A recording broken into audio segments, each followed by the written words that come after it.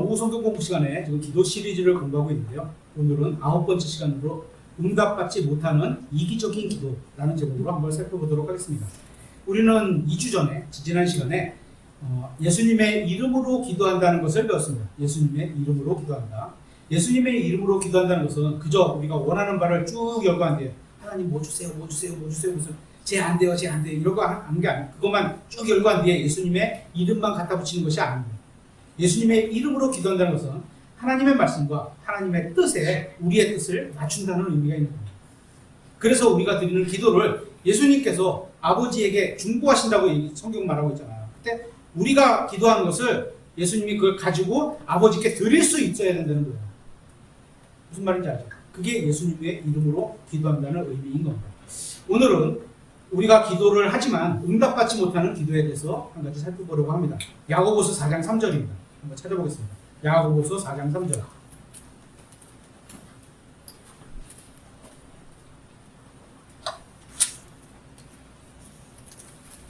야고보서 4장 3절.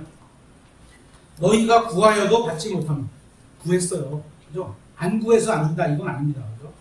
안 구해도 주시는 건 하나님의 약속하신 게 있어요. 너희의 필요를 내가 공급하겠다고 약속을 하셨기 때문에 안 구해도 주시고, 하지만 여기는 구했는데도 못 받는다는 거예요. 그죠?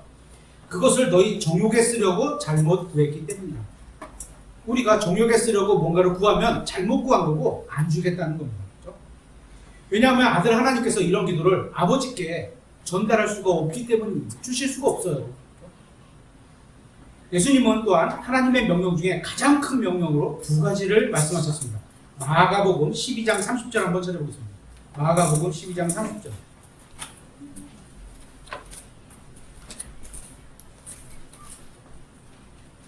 마가복음 12장 30절.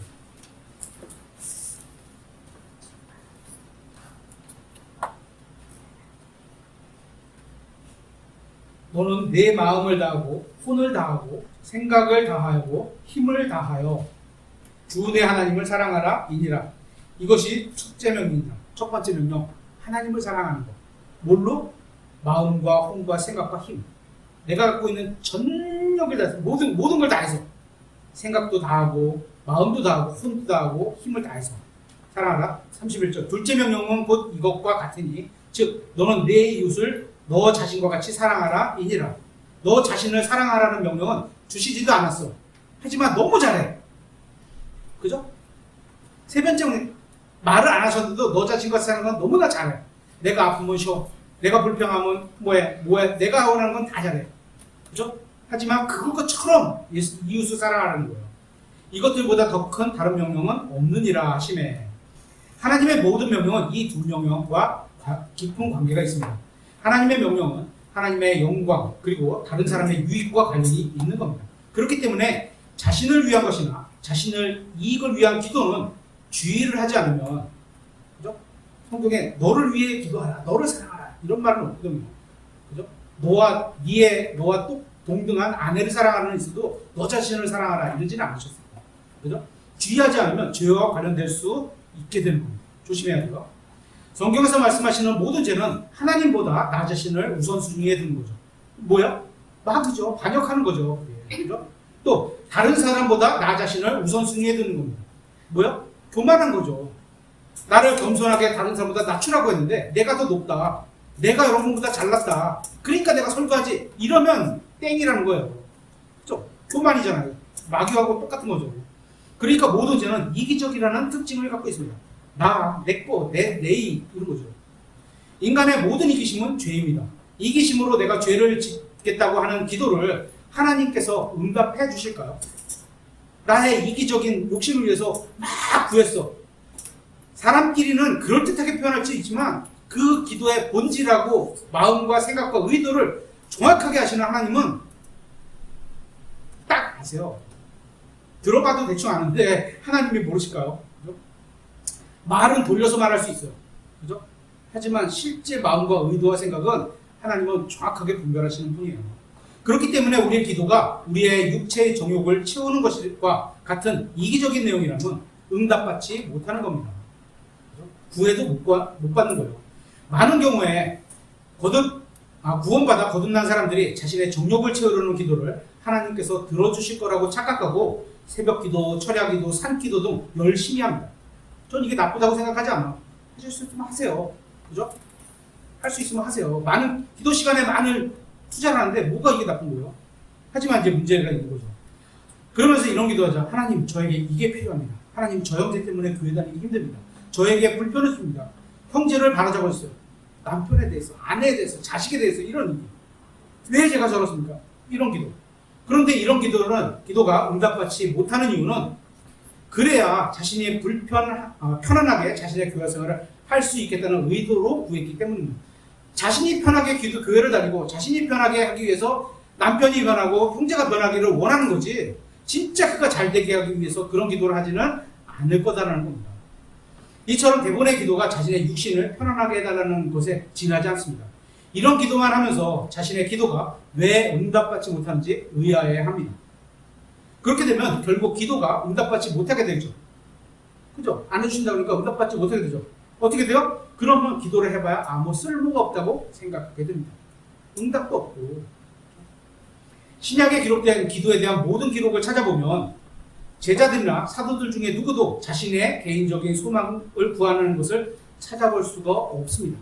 다만 딱 한 번 있는데, 바울이 자신의 육체 안에 있는 가시, 성경은 이걸 사탄의 사자라고 하고 흔히들 안질, 눈병 뭐 이렇게 표현하잖아요. 그죠? 제거해달라고 구했는데 이 바울의 기도를 하나님이 응답하시지 않으셨습니다. 한번 찾아보겠습니다. 고린도 후서 12장 9절.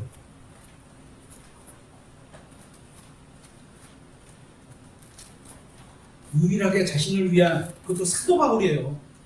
신약 시대에 예수님 빼고는, 신구약을 다 합쳐서 예수님 빼고, 구약에서는 뭐 다윗과 다니엘과 또 누구요? 요셉 정도가 유명한 사람이라고 하면, 신약에서는 최고를 바울이라고 칠 수 있는 정도예요. 그죠? 근데 그가 자기를 위해서 딱 한 번 구했어. 신약 성경 통틀어서. 근데 안 돼. 너 안 하는 게 좋아. 이렇게 응답하셨어요. 고린도 후서 12장 9절. 그분께서 내게 이르시되 내 은혜가 내게 족하다. 내가 여태까지 계속 좋은 거를, 네가 잘한 일이 없는데 내가 좋은 걸 계속 줬잖아. 그거가 족해. 그거보다 더 없어지 마. 그거 족한 거야. 나의 강한 능력은 약한 데서 완전하게 되는 거야. 하나님의 강한 능력이 활용할 일을 하시려면 네가 약해져야 돼. 무슨 말인지 알겠어요? 그러므로 내가 오히려 크게 기뻐하며, 바울은 안 돼! 하나님이 이렇게 응답하셨는데 크게 기뻐했어. 안 되는 게 나에게 좋은 겁니다.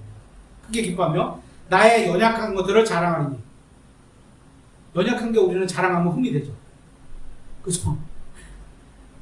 어느 교회에서도 자신이 연약하다 이렇게 말씀하시는 대형교회 목사님 난 본 적이 별로 없는 것 같아요. 연약한 게 여기 뭐야? 자랑한다 그러잖아요. 자랑거리가 뭐야? 왜? 하나님이 일하실 수 있는 거기 때문에.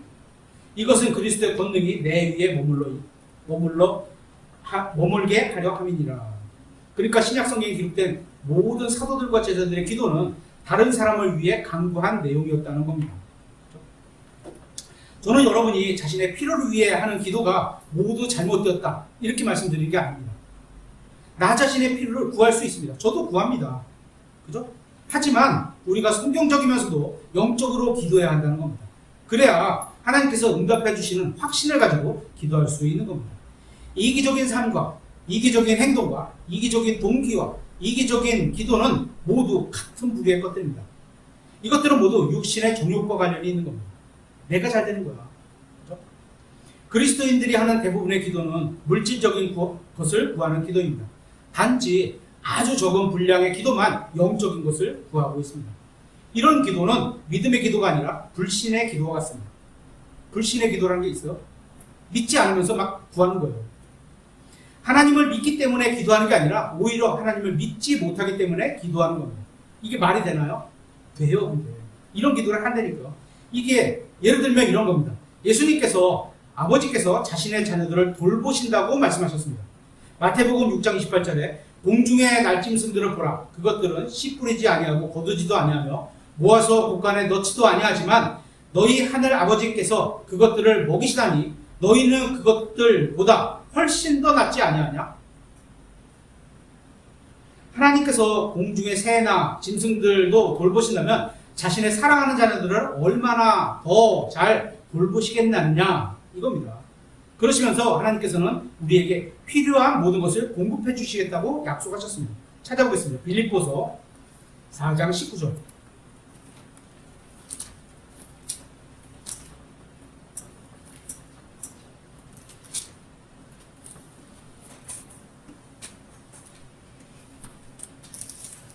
빌립보서 4장 19절. 오직 내 하나님께서 그리스도 예수님을 통해, 이런 데는 밑줄을 그어야 돼요. 예수님을 통해요. 그죠? 통해 영광 가운데서 자신의 부요하심에 따라 너희의 모든 필요를 공급하시리라. 이 모든 자가 있어요. 그죠? 모든 필요를 공급하시리라. 이렇게 돼 있어요. 이렇게 약속하신 거예요. 그럼 모든 필요를 공급하실까요? 안 하실까요? 하실까요? 안 하실까요? 하시겠죠. 하시죠. 그렇죠? 이렇게 약속하셨는데 우리는 하나님께서 이미 주시겠다고 약속하신 것을 더 달라고 기도하는데 많은 시간을 허비하고 있는 거예요. 너희의 모든 필요를 공급하시겠다 이렇게 말씀하신 거예요. 공급하는 모든 필요를 하나님이 봤을 때 필요한 것, 하나님이 공급하시는 시기도 하나님이 정하시고, 이렇게 해서 방식도 하나님이 주시고 양도 정하시고 하나님이 적절한 때 딱 주시겠다는 거예요. 우리가 원하는 때랑은 다를 수 있는 거죠. 그렇죠? 왜 이런 것 기도를 하는지, 더 달라 하나님이 공급하신다고 했는데 왜 더 달라 이런 기도를 하는지 아세요? 모든 필요를 공급하시겠다는 하나님의 말씀을 믿지 않기 때문입니다. 안 믿어. 그러니까 더 달라 그러는 거지. 이제 에베소서 1장 한번 찾아보겠습니다. 여기에 사도 바울의 기도 생활이 나오는데요. 에베소서 1장 15절에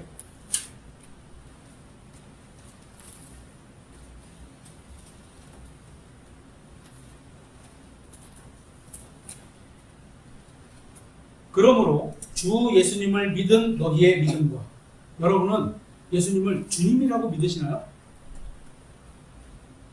고개를 끄덕이신 분이 별로 없어. 끄덕이라도 해야죠. 네, 아멘, 감사합니다. 주님이라고 믿어요. 그죠? 믿죠. 근데 정말로 주님으로 여기고 사시나요? 이건 또 다른 문제. 성경 읽으면서 이런 거 하시게 보세요. 주 예수님인데 내가 예수님을 주님으로 진짜 말씀하고 사나? 진짜 믿고 사나? 이거 다른 문제예요. 삶에서 계속 찢지 않으면 그냥 쑥쑥 찌라고 매일 만나는 그 주님 이렇게 생각하면 안 되는 거예요. 주 예수님을 믿는 너희의 믿음과 모든 성도들을 향한 사랑에 대해 들은 뒤에 말씀하고 있죠. 바울의 생활이 이랬던 거예요. 사도 바울은 예수님을 믿는 사람들에게 편지를 보냈습니다. 바울은 단순히 교회에 다니는 사람들 또는 종교 생활을 하는 사람들에게 편지를 보낸 게 아니라 주 예수님을 믿는 사람들에게 편지를 보냈습니다. 여러분인가요? 여러분에게도 받을 수 있는 거죠. 그렇죠? 예수님께서 뭐라고 말씀하셨죠? 자신은 세상을 위해 기도하지 않고, 기억나세요? 자신을 믿는 사람들을 위해 기도하신다. 요한복음 17장에 이렇게 말씀하셨죠. 자신은 세상을 위해 기도하지 않고 자신을 믿는 사람들을 위해 기도하신다. 그리고 예수님께서는 세상을 위해 기도하지 않으셨습니다. 그렇죠? 그렇다면 만약에 여러분이 세상을 위해서 기도한다면 그 기도를 예수님께서 아버지께 가지고 나아가셔서 중보하실 수 있을까요? 생각해 봐야죠. 안 하실 겁니다. 왜죠? 예수님은 세상을 위해 기도하지 않는다고 얘기하셨어요. 그죠? 한 가지 가실 겁니다. 또 예를 들면 이런 겁니다. 성경은 예수님이 오시기 전에 우리가 그래서 기도를, 성경을 잘 바르게 알고 성경에 맞춰서 기도를 해야 돼요. 이게 하나님의 뜻에 합당하게 기도하는 거죠. 그렇죠? 예수님이 오시기 전에 이 세상에는 곳곳에 전쟁과 기근과 역병이 있을 것이라고 말씀하셨습니다. 찾아보겠습니다. 마태복음 24장 6절. 예수님이 오시는 마지막 때에 대한 대환란 문맥인데요. 이것도 재림에 대한 문맥이죠.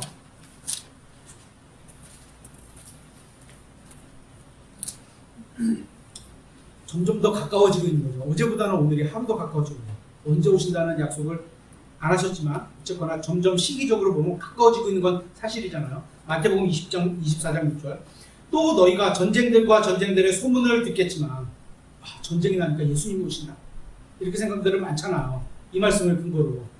불안해하지 않도록 주의하라. 이 모든 일이 반드시 일어나야 하되 끊이지 않고 전쟁은 계속 일어나야 하되 이런 얘기예요. 아직 끝은 아니라 세상의 끝은 예수님이 재림하는 그 타임을 성경에서 세상의 끝 이렇게 말을 해요.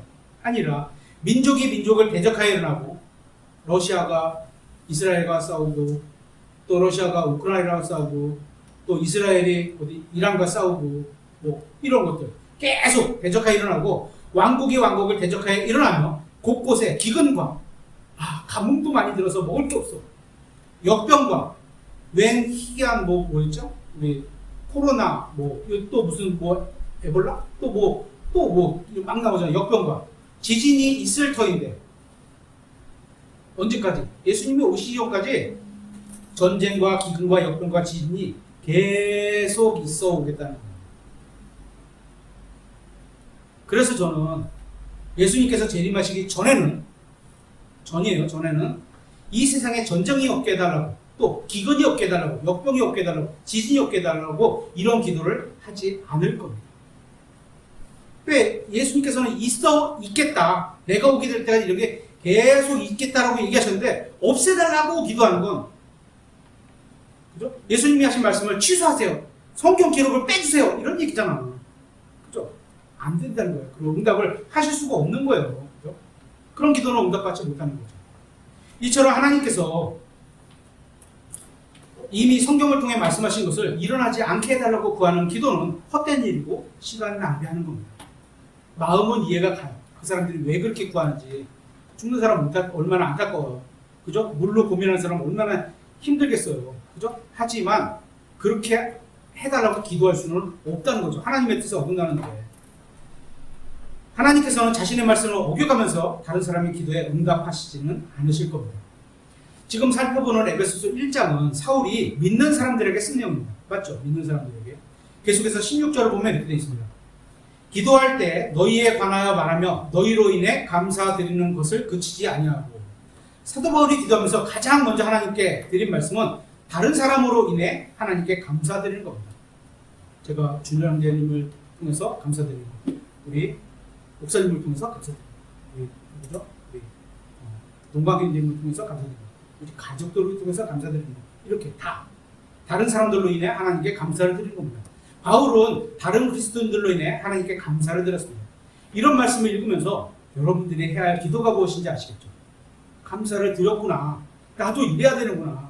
내가 속한 교회에 많은 치들인데 하나하나 생각하면서 시간 날 때마다 기도를 하는 게 하나님이 기뻐하시는구나. 이런 걸 배우는 거예요.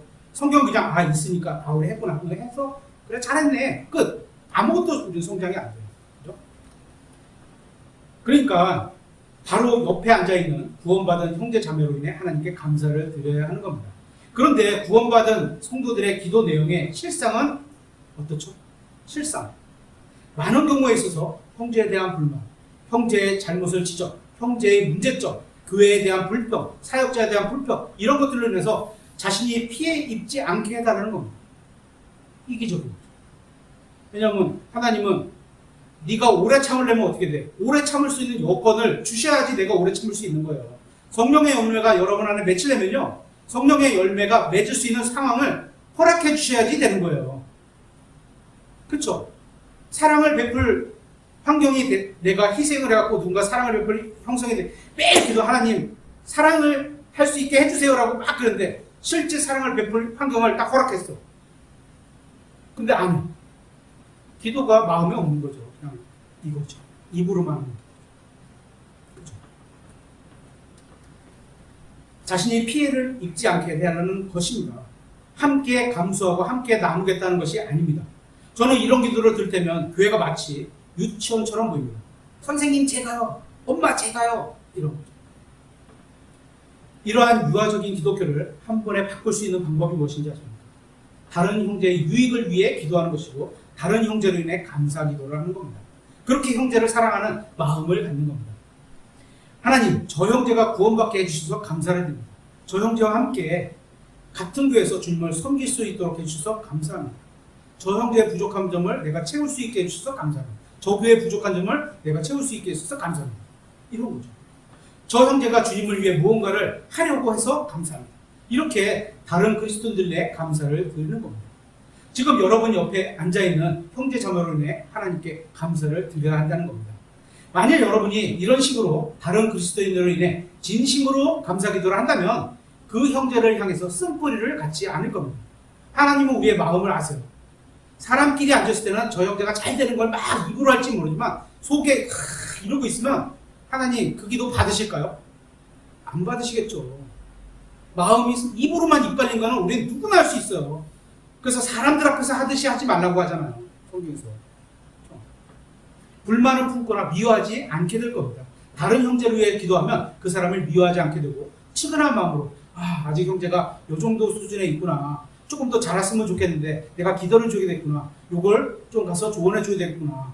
알려줘서 이럴 때 이러면 위험하다고 알려줘야 되겠구나. 이런 걸 해주는 거죠. 측은한 마음으로 불쌍히 여기고 다른 형제를 위해 감사를 드리면 그 형제를 사랑하게 되는 겁니다. 사도 바울이 어떻게 기도했는지 아십니까? 그는 에베소서에 있는 성도들로 인해서 감사를 드렸어요. 에베소서에 있는 예수님을 아는 사람들로 인해 감사를 드렸습니다. 누군가 에베소에서 예수 그리스도를 위해 증언하고 있다는 사실로 인해 감사를 드렸습니다. 이건 건전한 교회라면 어느 교회나 다 있을 거예요. 그죠? 가서 감사를 드리는 거예요. 누군가 에베소서에서 다른 형제를 섬기는 것을 감사했습니다. 와, 저 형제가 성장해서 섬기네. 그의 부족한 것을 보고 투덜거리지 않고 자기가 그걸 감당해주네. 이런 거죠. 하나님의 말씀을 믿는 사람들로 인해 감사를 드렸습니다. 자신이 혼자가 아님에 감사를 드렸습니다. 다른 형제들을 주신 것에 감사를 드렸습니다. 신앙을 같이 할 수 있는 교회를 주신 것에 감사를 드렸습니다. 같은 믿음을 가진 사람들로 인해 감사했습니다. 함께 주님을 섬기고 영적 주제를 함께 치를 수 있는 사람들로 인해 감사를 드렸습니다. 우리도 그래야 하는 겁니다. 목사님 감사합니다. 사모님 감사합니다. 김동광 형제님과 가족들, 이효연 자매님 다 감사합니다. 박준영 형제님 감사합니다. 신유연 자매님 감사합니다.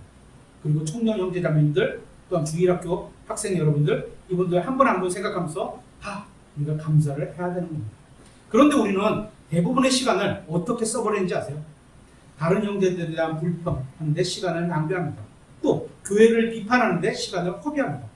주님께 형제들을 고소하는데 아까운 시간을 낭비해버리기도 합니다. 형제자매들을 고소하는 자가 누군지 아십니까? 밤낮으로 마귀입니다. 계시록 12장에 보면 마귀입니다. 그러니까 여러분이 다른 형제를 하나님께 고소하는 기도라는 것은 누구의 사역을 돕는 거야? 마귀의 사역을 돕는 것 같은 겁니다. 자기는 잘한다고 할지 모르지만 실제적인 하나님의 사역은 그런 기도를 원하는 게 아닌 거죠. 만약 우리가 주일에 예배드리러 갈 교회가 없다고 한번 생각해 보세요. 우리가 살고 있는 지역에 교회가 단 하나도 없다고 한번 생각해 보세요. 또한 우리가 사는 지역에 단 한 사람의 그리스도인도 없다고 한번 생각해 보세요. 그러면 여러분은 누구라도 함께 예배를 드리고 찬양을 드릴 수 있는 한 사람만이라도 있으면 좋겠다. 이렇게 생각할 겁니다. 그런 기도를 할 겁니다. 근데 그런 사람이 뭐였어? 예수님을 믿어가는 사람들은요, 예수님을 향해 나아가는 다 중간 과정에 있는 다 품질 분량에 다 그런 사람들이에요. 제가 대표적이고. 그죠? 완벽하면 이제 올라가야죠. 여기 있으면 죄만 지니까. 근데 완벽한 성도는 하나도 없거든요. 그렇게 해서 모인 거예요. 그렇죠? 여러분은 누구와 만나서 예수님에 대해 성경에 대한 이야기를 나누면 좋겠다고 간절히 바라기도 합니다. 그렇게 되면 우리가 주님을 믿는 사람들과 매주 만나서 교제를 나눈다는 사실이 얼마나 감사한 일인지 알게 될 겁니다. 그런데 우리는 자신은 영적인 사람이고 다른 사람은 모두 육적인 사람이라고 치부하면서 다른 사람들로 인해 하나님께 감사하지 않고 있습니다. 다른 사람의 결정과 부족한 점을 나쁘게만 보기 때문에 같은 모양도요, 어떻게 보냐에 따라서 완전히 달라요. 그죠? 완전히 달라요. 하나님께 감사드리지 않고 불평하는 겁니다. 부족한 점, 나쁜 점이 있겠죠. 그죠? 예수님처럼 그 부분을 감당하라고 보여주신 것은 아닐까요? 제자들이 다 예수님 같이 완성된 모습으로 완성된 사람들만 딱 모았고 딱 했나? 아니죠. 각자가 다 부족한 게 각자가 달라요. 어떤 사람은 A라를 잘하고 어떤 사람은 B를 못해. 어떤 사람은 또 C를 잘하고 D를 못해. 골고루 다 섞여 있는 거예요. 그렇죠? 우리는 예수님을 믿는 사람들이 우리 주위에 있음으로 인해 감사를 해야 합니다. 구원받지 못한 사람들은 거리 설교를 싫어합니다. 아우, 왜 시끄럽게 저렇게 나와서 더운 날 뭐 하는 거야? 피켓은 왜 듣어? 이러죠. 복음을 전하는 게 시간 낭비하는 것이고 다른 사람들에게 불편을 끼친다고 또 불편하게 만드는 일이라고 생각을 합니다. 이해는 가요. 그럴 수 있다고 생각해. 그분의 입장에서는. 구원받지 못한 사람들은 우리가 교회에 다니는 게 미친 짓이라고도 생각할 겁니다. 이 좋은 날, 이 맑은 날, 그죠? 여행 가고 맛집을 찾아가야지. 이 조그만 공간에 앉아서 뭐 하는 거야 도대체. 이렇게 생각할 겁니다. 오전 예배로 끝나지 않고 오후 성경 공부까지 참여하는 것은 더욱더 미친 짓이라고 생각할 겁니다. 정신 나간 거 아니야? 이런 거죠. 구원받지 못한 사람들은 우리가 주말에 놀러 가지 않고 모여서 성경 공부하는 것을 제정신이 아니라고 생각할 겁니다. 그러나 모든 사람들이 그렇게 생각하지는 않고 있음을 우리는 하나님께 감사드릴 수 있는 겁니다. 간혹가다 그렇지 않고 저 사람은 뭐 좋은 걸 찾으러 가나 보다. 뭐 이렇게 생각해 주는 사람도 있을 겁니다. 그죠? 우리에게 친구가 있음으로 인해 하나님께 감사를 드립니다. 함께 교제를 나누고 주님을 위해 일할 수 있는 사람들이 있음을 감사드립니다. 교회 형제들로 인해 불평하는 게 아니라 감사할 수 있다면 우리는 바르게 기도할 수 있는 겁니다. 여러분이 기도에 시간을 얼마나 할애하는지는 모르지만 여러분이 형제 자매들로 인해 감사를 드린다면 여러분은 제대로 된 기도 생활을 하고 있는 겁니다. 교회를 망치는 게 누군지 아세요? 무신론자, 이단, 불신자들, 그런 사람들이 교회를 망치는 게 아닙니다. 그런 사람들 오지도 않고 왔다가도 금방 가요. 그죠? 교회 안에 자기의로 가득 차서 내가 이만큼 신앙생활하고 내가 이렇게 올바르게 사는데 너네 나만큼 할 수 있어? 이러면 이제 이 사람으로부터 망하는 거예요. 다른 형제를 지적하고 있는 형제가 죄송합니다. 20년 전에 저를 했어요. 근데 그게 결코 형제에 대해 유익도 않고 내 영적 성장에도 절대 도움이 안 돼요. 교회를 망치는 겁니다. 마귀가 가만둬도요, 잘 망쳐요. 자기의로 가득 찬 사람. 자기의로 가득 차서 다른 형제 자매를 지적하고 있는 자매가 교회를 망치는 겁니다. 그렇게 자아중심적인 그리스도예요. 나를 기준으로 세상이 돌아간다고 생각하는, 나를 기준으로 교회가 돌아가야 된다고 생각하는, 나를 기준으로 내 가정이 돌아가야 된다고 생각하는 사람. 기준이 누구야? 하나님을 기준으로, 예수님을 기준으로 돌아가야 되는데 나를 기준으로 생각하는 것. 자아중심적인 그리스도인이 교회를 망치는 겁니다. 왜 그런지 아세요? 로마서 1장에서는 거룩하지 않은 사람들의 첫 번째 특징 중에 뭐라고요? 감사하지 않은 것 라고 표현하고 있습니다. 확인해 보겠습니다. 로마서 1장 21절. 로마서 1장 21절.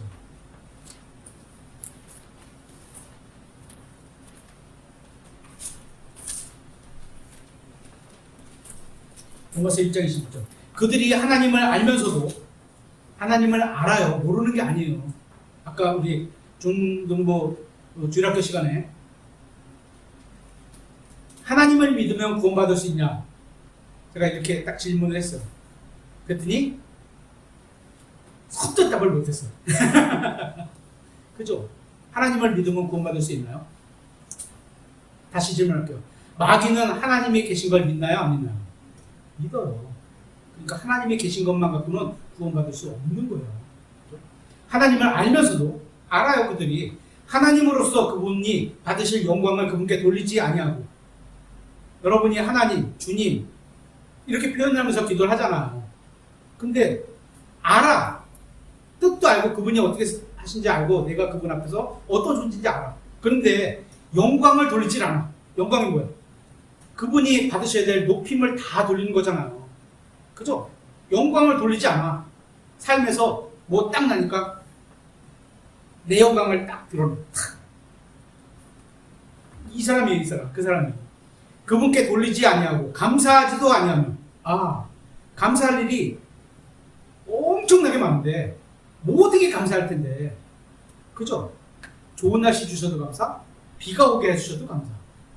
그죠? 건강한 팔 주신 거 감사, 부족한 다리 주신 거 감사. 이런 거잖아요. 모든 걸 감사할 건데 감사하지 않아. 하나님께 감사 기도를 안 해. 오히려 자기들의 상상 속에서 허망해졌고 그들의 어리석은 마음이 어두워졌나니. 교회를 망치는 원인 중에는 우리가 다른 형제들로 인해 하나님께 감사드리지 않음도 있는 겁니다. 감사하지 않아. 하나님을 아는데. 여러분은 지금 교회를 망치고 있지는 않습니까? 이런 기도를 안 하면 적극적으로 동참하는 건 아니지만 일조를 하고 있다는 거예요. 그죠? 일조를 하고 있는 것일 수도 있고 감사하지 않아. 우리 은선이 주신 걸 감사하고 이래야 되는데 안 해. 그죠? 우리는 혼자 신앙생활을 할 수는 없습니다. 우리는 다른 형제를 필요로 합니다.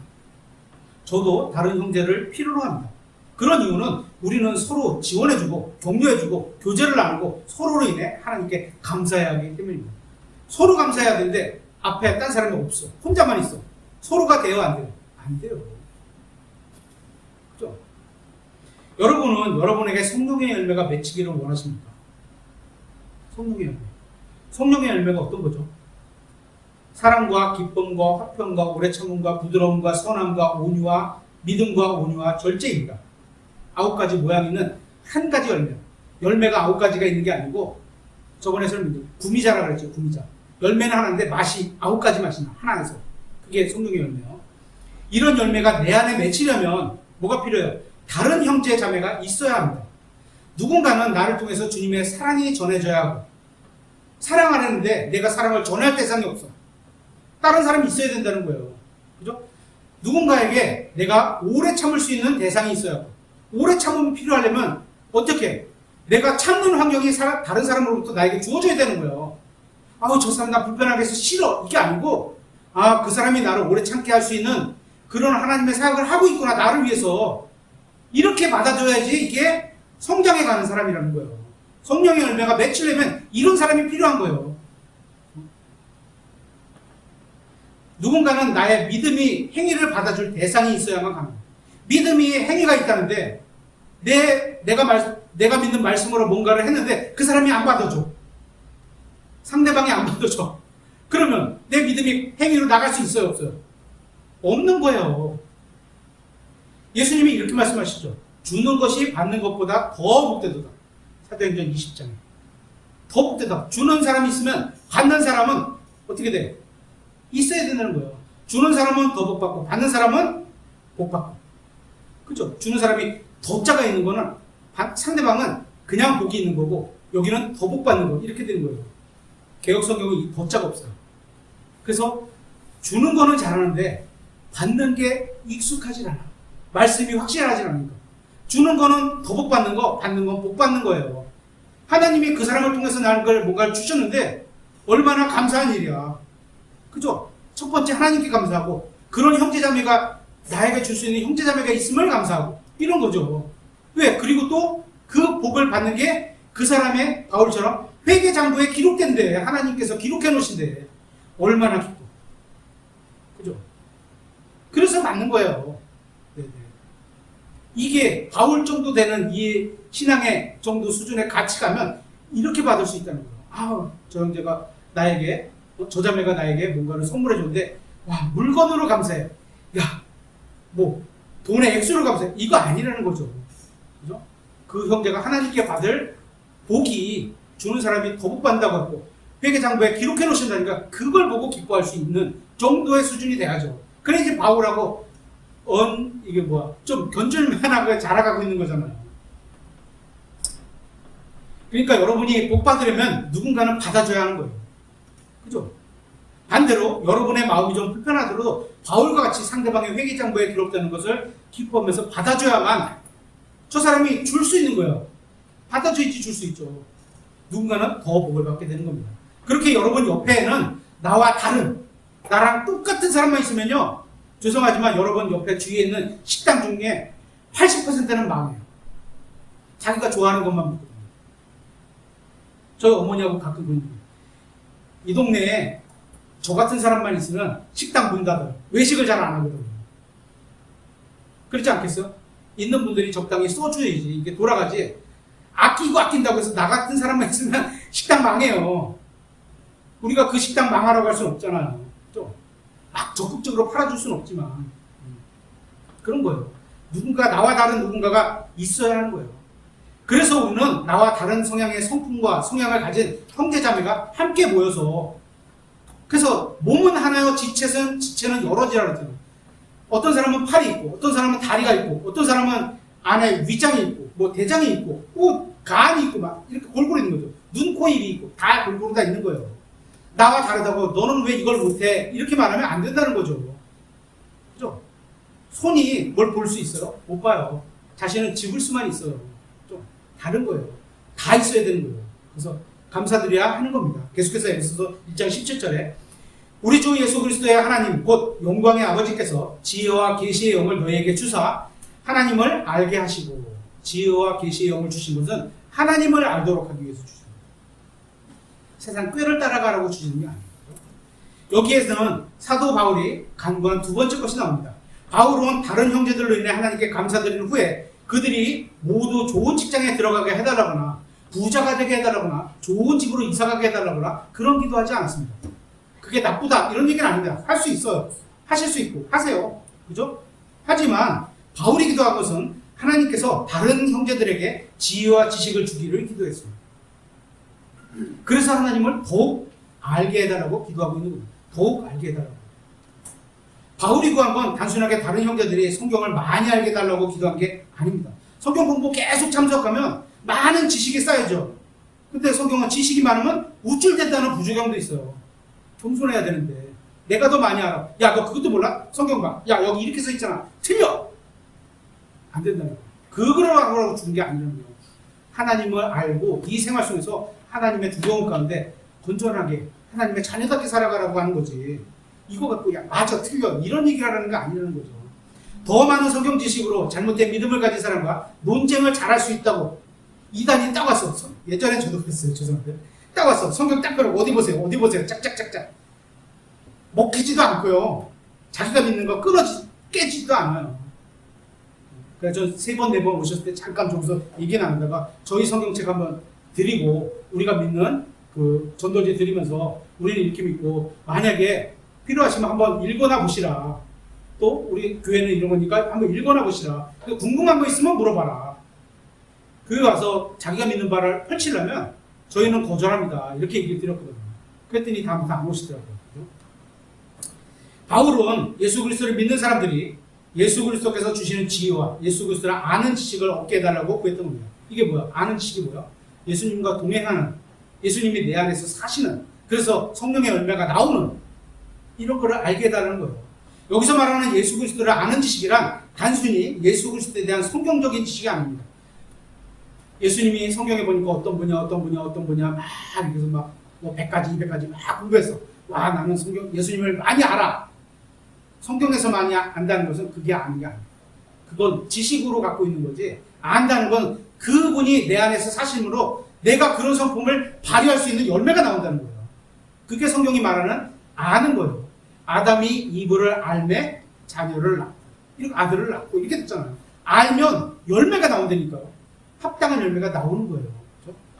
바울은 예수 그리스도께서 가지고 계신 그 지식을 구한 겁니다. 그래야 어떻게 하나님의 뜻대로 살며 어떻게 하나님을 기쁘게 해드리며 어떻게 다른 사람들의 유익을 할 수 있는지 알게 해달라는 거예요. 누가? 형제들이. 그래야지 그 형제들이 성장하고 하나님이 기뻐하시는 자녀가 되고 상급도 많이 받고 이런 걸 알기 때문에 그것을 위해 기도하는 거죠. 어떻게 우리도 그 일을 할 수 있는지 알려달라는 겁니다. 예수님께서 가신 곳이 어디였는지 아는 것이 아니라 어디 가서 뭐 있고 어디 가서 뭐 했고 정보를 아는 게 나쁜 건 아니에요. 많이 아세요. 하지만 그거에 아는 게 아니라 그 일로 인해서 예수님이 내 안에서 어떤 역사를 통해서 하나님의 일을 나를 통해서 하시겠느냐 그걸 알아야 된다는 거죠. 그분과 동행하는 방법을 알려달라는 겁니다. 예수님은 선하신 분인데 내가 악하게 살아 동행할 수 있을까요? 없을까요? 없어요. 예수님을 많이 알수록 내 삶의 변화가 되는 거죠. 그죠? 예수님은 거짓을 하지 않으시네. 거짓말하지 않으신데 우리는 때때로 선한 거짓말을 하려고 해. 예수님과 동행은 안 되는 거죠. 그러면 그죠? 예수님을 안다는 거는 그거예요. 내 삶이 예수님과 동행할 수 있는 어떤 그 노선을 알고 길을 알고 방식을 알고 그걸 찾는 거죠. 에베소서 1장 18절에 너희 지각의 눈을 여사 어두워졌어요. 영적 눈이 닫혔나봐. 눈을 여사 눈을 밝히사 그분의 부르심의 소망이 무엇이며 성도들 안에 있는 그분의 상속 유업의 풍성함이 무엇인지 그분의 부르심. 여러분은 다 성도로 부르셨어요. 구원받은 여러분은 성도로 부르셨어요. 성도, 거룩하게 사는 사람들. 세인트예요, 세인트. 그렇게 부르셨어요. 부르심이 무엇이며 여러분이 어떻게 살아가는지 들리시죠? 성도, 이방인. 아, 내가 이렇게 살라고 부르셨구나. 성경에 한 장 한 절이 이런 게 다 있는 거예요, 다. 성도들 안에 있는 그분의 상속 유업의 영광의 풍성함이 무엇인지, 또 그분의 강력한 권능의 활동에 따라 믿는 우리에게 주어진 그분의 권능의 지극히 크심이 무엇인지 너희가 알게 하시기를 구하노라. 여러분 안에 누가 있어요? 성령님이 계시잖아요. 여러분 안에 그리스도의 영이 계시잖아요. 하나님보다 권능 있고 하나님보다 부자이고 하나님보다 사랑이 크신 분이 있어요, 없어요? 없어요. 그분이 우리 안에 있는 거예요. 내 안에 있는 거예요. 그 정도 최소한 어떤 자부심은 그래요. 자랑, 뭐 이런 자격 이런 게 아니고 자부심은 있어야죠. 내가 하나님의 자녀구나. 내 안에 하나님이 계시구나. 그러니까 사도 바울이 강구한 것이 무엇인지 아십니까? 그는 예수님을 믿는 사람들이 예수님처럼 될 수 있게 해달라고 기도를 하고 있는 겁니다. 단순하게 다른 형제를 바로잡아달라고 기도한 게 아니라 그 사람이 영적으로 온전히 성장해서 예수 그리스도의 장성한 분량에 이를 수 있도록 자라게 해달라고 기도하고 있는 겁니다. 그래서 그 사람이 예수님께서 아시는 것처럼 알고 예수님께서 지혜로우신 것처럼 지혜롭게 돼서 직장 동료들과 이웃에게, 여러분의 주위 사람들에게, 여러분의 가족들에게 예수 그리스도의 향기를 풍길 수 있도록, 와, 쟤를 보니까 예수님처럼, 예수님 뭔가 달라, 해달라는 겁니다. 그래서 사람들이 다른 그리스도인을 보면서, 여러분을 보면서 하나님께 영광을 돌릴 수 있게 해달라는 겁니다. 직장에서 이런, 가정에서 이런 일이 있고, 그죠? 이런 거예요. 그런데 적지 않은 그리스도인들이 다른 그리스도의 영적 성장을 위해 많은 시간을 들여 기도하지는 않습니다. 영적 성장이, 바울이 기도한 건 그들이 진짜 잠깐 이 땅에 있을 잠깐 있는 물리적인 복 말고 진짜 영원히 가질 수 있는 진짜 좋은 복을 구하는데, 우리는 그런 경우가 적죠. 우리 자신의 편안함이나 안락함이나 건강을 위해서, 제가 또 말씀드리면 이거가 나쁘다 이러지 않아요. 필요하면 구하세요. 구할 수 있어요. 하지만 그거는 차순위를 좀 밀어놓자는 거죠. 많은 시간을 들여 기도할지는 몰라도 다른 형제들의 영적 성장을 위해서는 많은 시간을 들여 기도하지는 않고 있습니다. 많은 기도가 다른 형제가 하나님께 영광을 가리거나 그리스도의 몸에 해를 끼치기 때문이 아니라, 아우 저 사람 불편하게 해요, 내가 좀 불편해요, 이런 거 아니라 자신의 마음에 들지 않기 때문에, 그래서 내가 불편해요, 이런 얘기예요. 자신이 불편함을 느끼기 때문에 그를 바로잡아달라, 나를 고쳐달라 이러지 않고 쟤를 고쳐달라, 이런 거예요. 이기적인 거죠. 이런 거 기도가 응답이 안 된다는 거예요. 우리 주위의 형제자매들이 영적으로 성장하지 않고 우리 교회가 영적으로 성장하지 않는 이유가 있다면 우리가 하나님께서 응답해 주시지 않는 기도를 계속 구하고 있기 때문인 겁니다. 여러분이 한번 생각해 보세요. 다른 형제들이 잘못을 행했을 때 그것을 지적하는 게 쉽습니까? 아니면 기다려주고 잘 되도록 기도해 주는 게 쉽습니까? 또다시, 다른 교회의 잘못을 지적하는 게 쉽습니까? 아니면 잘못된 교회를 위해서 기도해 주고 오래 기다려 주는 게 쉽습니까?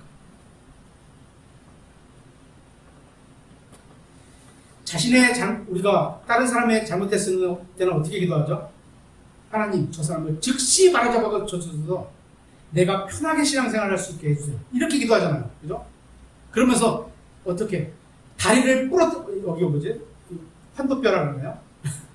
야곱의 뼈를 부러뜨리는, 하나님 저 사람 환도뼈를 쳐서라도 고쳐주세요. 이렇게 기도를 하잖아요. 다른 사람에 대해서. 근데 나에 대해서는 내 환도뼈를 쳐서 고쳐주세요. 이렇게 기도하는 사람은 나 거의 못 봤어요. 그죠? 하나님의 통해서 알려달라, 깨닫게 해달라, 내가 스스로 알아서 고쳐가겠다, 이렇게 기도를 하죠. 대부분이. 그죠? 수준 차이가 나는 거죠. 다른 사람에 대해서는 강한 잣대를 대고 나에 대해서는 쭉 늘어나갖고 이런 잣대를 대고, 완전 구약에서 말하는 무슨 양팔 저울을 다른 걸로 막 추를 막 다른 걸로 막 대갖고 그런 거예요. 그죠? 그러면서 하나님께서 자신이 얼마나 약한 존재인지, 그래서 그럴 수밖에 없었어요. 하나님, 여건을 보세요. 저 남편 갖고 내가 어떻게 존경하면서 살 수 있겠습니까? 이렇게 하는 거예요. 그러나 다른 형제가 잘못했어요. 어떻게 하죠? 즉시 고쳐주세요. 이렇게 이거한다는 거예요. 이것이 오늘날 대부분의 그리스도인들의 모습입니다. 사도 바울은 에베소 교회를 떠나면서 자신이 떠나고 나면 거짓 형제들이 와서 교회를 망칠 것이라고 염려를 했습니다. 거짓 형제들이에요. 거짓 형제들. 교회를 망치는 것은 로마 카톨릭도 아니고 세상도 아니고 이단 종파도 아닙니다. 성경에 써 있잖아요. 어떻게 대처하라고 딱 돼 있어. 그거대로만 실행하면 이단도 한두 번 훈계한 뒤에 거절하라 이렇게 돼 있잖아요. 저는 그렇게 한 거예요. 그래서 간단해요. 이단 종파 물질은 간단해. 세상도 못 들어오게 막아. 그죠? 다 막혀요. 근데 잘못된 형제들이 교회에 있으면 어떻게 됐어? 망치는 거야. 내부에서 망치는 거야. 내부에서. 서로 다투고 분열을 일으켜. 누구 파, 누구 파. 바울파, 뭐 베드로파. 또 아까도 잠깐만 뭐죠? 우파, 좌파. 이런 게 어디 있어요? 예수 그리스도 안에서 우파, 좌파가 어디 있어요? 그들에게는 복음 전하지 않을 거예요. 상대방 파벌에는 복음 전하지 않을 거예요. 없습니다. 교회를 망치는 것입니다. 이런 사람들이 자기들의 이기적인 뜻을 관철시키고자 하기 때문에 교회가 망가지는 겁니다. 자신들의 뜻대로 교회를 끌고 가려고 하죠. 예전에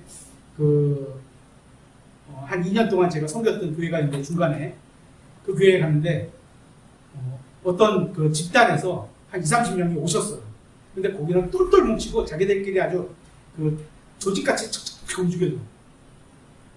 근데 저는 뭐 같이 어떤 사역을 하니까 제가 주일학교를 맡고 있었으니까 그들의 지원을 좀 받아야 되는데 금전적인 왜냐면 재정부를 그쪽에서 관리하니까 그 사람들이 주축이 돼서 관리하니까 교회 전체 내에서 그래서 조금 지원을 받으려고 이렇게 했는데 알아서 헌금 받아서 해결하라 이렇게 되오는 거예요.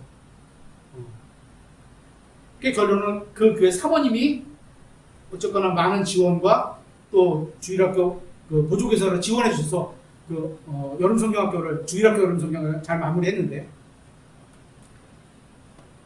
자기들끼리 똥똥 뭉쳤어. 못 들어가. 들어가려면 그 순위 안에 껴야 돼. 그리고 자기들 내에 뭔가의 파벌이 있어. 아니 뭔가의 층이 있어. 계급이 있어. 표현되지는 않지만 뭔가가 있어. 리더자가 있고 뭐가 있고 못 올라가. 끼어들지도 못해요. 그럼 처음에는 친하게 지내다가 나중에 험담해. 그래서 안타깝다 이렇게 생각이 들죠. 근데 그게 그분들이 좋은 거였어. 열심을 다해. 진짜 마음을 다해. 구원의 확신이 있어. 이런 건 진짜 좋은 점이에요. 이런 거는 따라 배우고 싶더라고요. 다시 와서 사도 바울은 교회의 모든 성도들이 하나님께서 기준이 되시고 통치하시며 법을 정하시고 하나님이 법을 정하면 되는데 교회의 법이 따로 필요한가? 한번 고민해 봐야죠. 그죠? 주인이 되시며 머리가 되신다는 사실을 알게 되기를 기도했습니다. 에베소서 1장 20절에 하나님께서는 그리스도를 죽은 자들로부터 일으키시고 하늘의 처소들에서 자신의 오른쪽에 그분을 앉히실 때 그 권능을 그분 안에서 발휘하사 그분을 모든 권력과 권능과 강력과 통치와 이 세상뿐만 아니라 오는 세상에서 불리는 모든 이름보다 훨씬 위에 두셨으며 또 모든 것을 그분의 발 아래 두시고 그분을 모든 것 위에 머리가 되게 하사 교회를 주셨느니라. 그분은 자 22절에 보면 그분을 모든 것 위에 머리가 되게 하셨는데 머리의 몸이 누구예요? 교회예요. 모든 것 위에 있는 교회가 위치가 어마어마하다는 걸 볼 수도 있죠. 그죠? 이런 은혜를 주신 거예요. 교회는 그분의 몸이니 곧 모든 것 안에서 모든 것을 충만하게 하시는 분의 충만입니다. 사도 바울은 형제들로 인해 감사를 드리는 것으로 기도를 시작해서 주님의 충만하심에 대해서 언급하면서 기도를 마쳤습니다. 자기를 위해서는 단 하나도 구하지 않았습니다. 단 하나도 물질적인 것도 구하지 않았습니다. 그러면 바울을 위해서는 누가 기도를 해야 되는 거죠? 다른 사람이 기도해 줘야 되는 겁니다. 그죠? 서로를 위해서 기도하는 거예요. 이게 하나님이 원하시는 방식인 거예요. 다른 사람이 잘 되기를 기도하는 게 바울을 위해서는 바울은 그걸 알고 그분의 뜻대로 순종해서 다 에베소 사람들을 위해서 계속 그들이 잘 되기 위해서 다 하고 있어. 그리고 에베소 사람들은 어떠냐? 바울을 위해서 기도했어야죠. 자기 옆에 있는 형제를 위해서 기도하기도 했지만 바울을 위해서도 기도했어야죠. 그죠? 이렇게 서로를 위해서 기도해 주는 거예요. 다른 형제자매들이 기도해 줘야 하는 겁니다. 그렇게 서로를 위해 기도하는 게 하나님이 원하시는 겁니다. 바울은 모든 성도들이 예수 그리스도의 몸을 이루고 있으며 서로 한 몸으로 연결되어 있다는 사실을 알게 해달라고 했습니다. 얼마 전에 저희 교회 형제님 한 분이 아프셨어요. 그래서 걱정이 되는 거잖아요. 그죠? 그런 적이 한 번도 없었는데. 그래서 문자를 보냈어요. 전화하면 또 신뢰가 될 것 같아요. 근데 못 보셨어. 집에 가서 이제 우리 딸하고, 노성진이면 많이 아픈 것 같다. 딸이 먼저 얘기를 하는 거예요. 얼마나 아프면 못 오셨을까. 그런 적이 없었는데. 딸이 어디 갔어요? 그런 대화를 해요. 그죠? 그러면서 그가, 빨리 건강해서 빨리 다음 주에 만났습니다. 이런 기도를 하는 거죠. 이게 뭐예요? 몸에 속한 지체예요. 팔이 있고, 다리가 아파. 제 다리가 아파, 만약에. 그럼 팔이 어떻게 해요? 다리를 보조해서 기어요. 목발을 짚을 때 팔이 써요. 다리가 안 되게. 그게 이 지체라는 의식을 이해를 해야 되는 거예요. 하나님이 그냥 지체야. 몸에 속한 너희들 각자가 다 지체야. 이게 그냥 각자 노는 게 아니라 은솔이가 아프면 왼손 은솔이가 아프면 오른손 김원강이 왼손 일도 많이 해줘야 되는 거예요. 이게 지체라는 의식이에요. 그죠?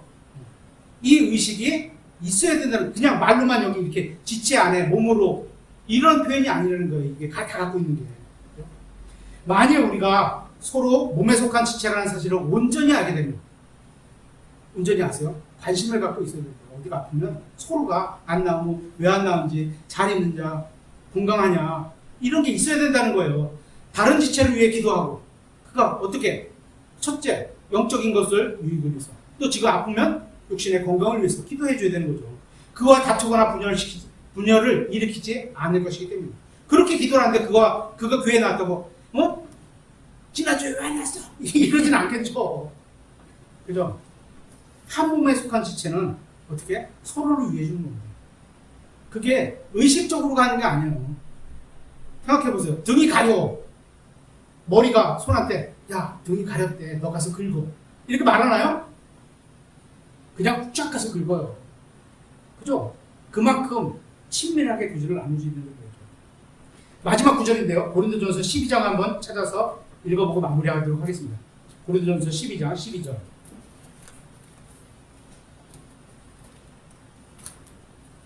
교회는 그분의 몸이니 이렇게 되어 있잖아요. 그 몸이 어떻게 되어 있나. 고린도전서 12장 12절. 죄송합니다. 좀 길어졌네요. 몸은 하나인데 많은 지체를 가지고 있고, 무슨 말인지 이해가 가시죠? 팔, 다리, 눈, 코, 입, 많다는 거예요. 그 한 몸에 모든 지체가 많아도 한 몸인 것 같이. 한 몸이야. 어디 하나 아프면 다 신경 써서 거기 위해서 다 집중을 해야 돼. 그죠? 그리스도께서도 그러하시니라. 우리가 유대인이든 이방인이든 매인자든 자유론자든 또 한 성령의 침례를 받아 한 몸 안으로 들어왔고, 유대인이든 이방인이든 요거를 다른 걸로 바꿔볼까요? 우파든 좌파든 이런 거예요. 어떻게? 한 몸 안으로 들어왔고 모두가 마시게 되어 한 성령 안으로 들어왔느니라. 몸은 한 지체가 아니요 여러 지체니라. 각자가 달라요. 역할도 다르고 쓰임도 다르고 생김도 달라요. 15절. 만일 발이 이르되 나는 손이 아니니 몸에 속하지 아니한다 하면 이런 이유로 그것이 몸에 속하지 아니하냐? 속한다는 거예요.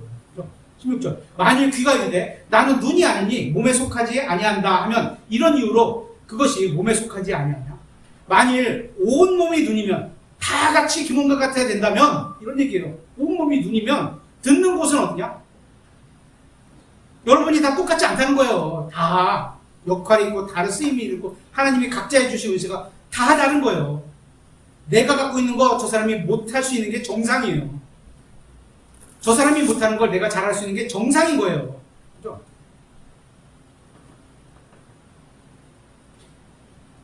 온몸이 듣는 곳이면 냄새 맡는 곳은 어디냐? 그러나 이제 하나님께서 친히 기뻐하신 대로 지체들, 하나님이 기뻐하신 대로 여러분 각자에게 다 각각의 은사를 주셨다는 거예요. 제가 준 게 아닙니다. 그죠? 제가 주면 김동건 교수님 뭐 맡다 이렇게 딱딱 내 생각대로 했겠지. 하나님은 저보다 여러분들은 더 많이 알고 여러분이 갖고 있는 속성, 특성, 단점 다 알고 계세요. 거기에 맞게 적절하게 주는 거예요. 그죠? 그들 각각을 몸 안에 두셨느니라. 누가? 하나님께서 친히. 제가 둔 게 아니에요. 만일 그것들이 다 한 지체라면 몸은 어디냐? 어디 있느냐? 그러나 이제 그것들이 많은 지체지만 그럼에도 오직 한 몸이니라. 머리를 예수 그리스도로 두고 있는 한 몸인 거예요. 눈이 손에게 이르기를 나는 네가 필요 없다 할 수 없으며 다시 머리가 발들에게 이르기를 나는 너희가 필요 없다 할 수 없느니라. 형제님 필요 없어요. 자매님 필요 없어요. 없느니라 그랬는데 왜 필요 없다고 그래요? 있어요. 필요가 있는 거예요. 다 각자가 역할이 있는 거고 다 있어야 될 위치가 있는 거예요. 사람들이 보기에는 아무것도 안 하는 것 같아도 다 역할이 다 있는 거예요. 그죠? 22절 아니니라. 몸에서 더 약하게 보이는 그 지체들이 더욱더 필요하고 우리는 약한 지체가 있으면 떨고 가고 싶어. 쟤 때문에 늦어. 쟤 때문에 안 돼. 근데 성경은 어떻게 얘기해요? 그가 더 필요하대. 저 형제가 아픔으로 인해서 내가 사랑을 보여줄 수 있고 저 형제가 감당하지 못하는 걸 내가 더 해줄 수 있고 이런 게 더 필요하다는 거예요. 몸에서 우리가 덜 귀한 것으로 여기는 그 지체들이 곧 우리에게 이것들에게 우리가 존귀함을 더 풍성히 주고 우리의 아름답지 못한 부분을 아름답게 꾸밈을 더 풍성히 얻나니. 많은 교회들은 잘하고 능력 있고 이게 나쁜 건 아니에요. 그죠? 그들이 세워져가 그들의 위주로 그들의 속도에 맞춰서 그들이 끌고 가요. 성경이 말하는 건 아닌 것 같아요. 제가 봤을 때. 더 약한 지체에 맞춰서 더 천천히 가더라도 같이 발 맞춰서 가자. 좀 늦더라도 같이 발 맞춰서 가자. 저는 하나님의 말씀이 그렇게 이해가 돼요. 제가 예를 들어서 만약에 가정으로 여러분들보다 제가 달리는 속도가 1km 빠르고 신앙도 한 계단 높다고 가정을 한번 해보죠. 여러분들을 다 끌어서 쫙 내 속도로 막 맞춰가면 여러분 다 쓰러져요. 성경은 그걸 원하는 게 아니라고 저는 보여요. 그냥 읽으면 이해가 되잖아요. 이는 우리의 아름다운 부분이 부족한 것이 없기 때문이라. 오히려 하나님께서 몸을 다 같이 고르게 하사 부족한 그 부분에게 존귀함을 더 풍성히 주셨습니다. 하나님의 존귀함이 나타나게 하려면 어떻게? 부유한 누군가가 이거를 좀 도와야 돼. 그래서 공평하게 맞춰야 돼. 하나님 보실 때. 이것은 몸 안에 분쟁이 없게 하고 지체들이 서로 같은 보살핌을 받게 하려 하심이라. 한 지체가 고통을 받으면 모든 지체가 그것과 함께 고통을 받고. 이론이 아니에요. 실전이라고 생각해 보세요. 실전이에요. 믿음은 제가 글 쓰다가 말하는데 믿음은 이론이 아니에요. 실전이에요. 실전. 한 지체가 존귀를 얻으면 모든 지체가 그것과 함께 기뻐합니다. 우리 교회 내에서 누군가가 존귀를 얻어 귀하게 여김을 받은 거잖아요. 그죠? 같이 우리 요한이가 태권도 나가서 금메달을 땄대. 근데 인천 말씀 침례교단인데 같이 높여지는 거잖아요. 이름으로 인해서. 그죠? 우리가 어떤 일로 인해서 높임을 받을 때 예수 그리스도를 나타낼 수 있다면 어마어마하게 좋죠. 27절. 그런데 너희는 그리스도의 몸이요 개별적으로 지체들입니다. 이 몸과 지체에 대한 구성의 의미를 한 번 더 생각해 보는 거죠. 여러분의 팔이 다리를 대적하거나 발이 허벅지를 대적하지는 않습니다. 그러고 있나요? 팔이 다리를 막 꼬집어 계속 너 필요 없어. 나랑 달라. 꼬집어. 이와 같이 바울은 우리도 그렇게 되기를 원하지 않은 겁니다. 대적하지 않아요. 대적하지 말아야 된다는 거예요. 나와 달라도. 나와는 생김도 다르고 능력도 다르고 쓰임도 다른 지체가 필요하다는 겁니다. 제가 집에서 가끔 얘기하는 이야기가 있죠. 아까 얘기했던 건데 저 같은 사람만 있으면 주변의 상권이 유지되기 어렵다. 망한다. 쉽게 말하면 외식을 잘 안 하거든요. 그러니까 가끔 저와는 다르게 외식을 자주 하는 사람도 있어야 되는 거예요. 하나님께서 은혜를 풍요롭게 주시면 주변 사람들에게 하나님께 감사함으로 나누세요. 밥을 사든지 뭐 어떤 식으로든지 나누세요. 그죠? 복음을 전할 수 있는 기회가 될 수도 있고. 우리는 모두 한 몸에 속해 있습니다. 한 몸에 속한 지체는 서로에게 상처를 입혀서는 안 됩니다. 왜냐하면 손이 발에 상처를 입히면 결국 누가 있는 거예요? 자신이 있는 거예요. 손이 건강한 다리를 계속 쳐. 그래서 멍들게 해서 못 걸게 만들어. 누가 힘들어? 손이 힘들어요. 발이 할 일을 자기가 좀 더 도와야 되거든요. 이런 의미를 이해해봐야 되는 거죠. 우리가 어떤 형제에게 거침이 된다면 그것은 결국 이 세상에서 그리스도인으로 살아가는 우리 자신의 삶을 망치는 것과 똑같은 겁니다. 이게 몸에 속한 지체에 대한 의미를 한 번 더 생각해보게 하는 거죠. 우리가 다른 자매에게 상처를 주는 것은 결국 우리 스스로에게 상처를 입히는 겁니다. 우리는 무엇을 하든지 다른 형제자매들에게 상처가 되지 않아야 할 것을 조심해야 합니다. 저는 제가 예수님처럼 되기를 원합니다. 그런 의미에서 여러분이 저처럼 되는 게 아니라 저는 성경을 통해서 제가 알아가는 만큼 은혜를 취하고 저도 예수님처럼 되기를 원합니다. 하지만 어떻게? 여러분이 저처럼 되는 게 아니에요. 여러분은 또 예수님처럼 돼요. 무슨 말인지 아시죠? 다 예수님처럼 돼야 되는 거예요. 제가 그렇게 될 수 있도록 여러분이 저를 위해 기도해 주시기 바랍니다. 저도 여러분 위해 그렇게 기도하겠습니다. 하나님께서 여러분에게 이미 주신 게 무엇인지 알게 해달라고 기도하겠습니다.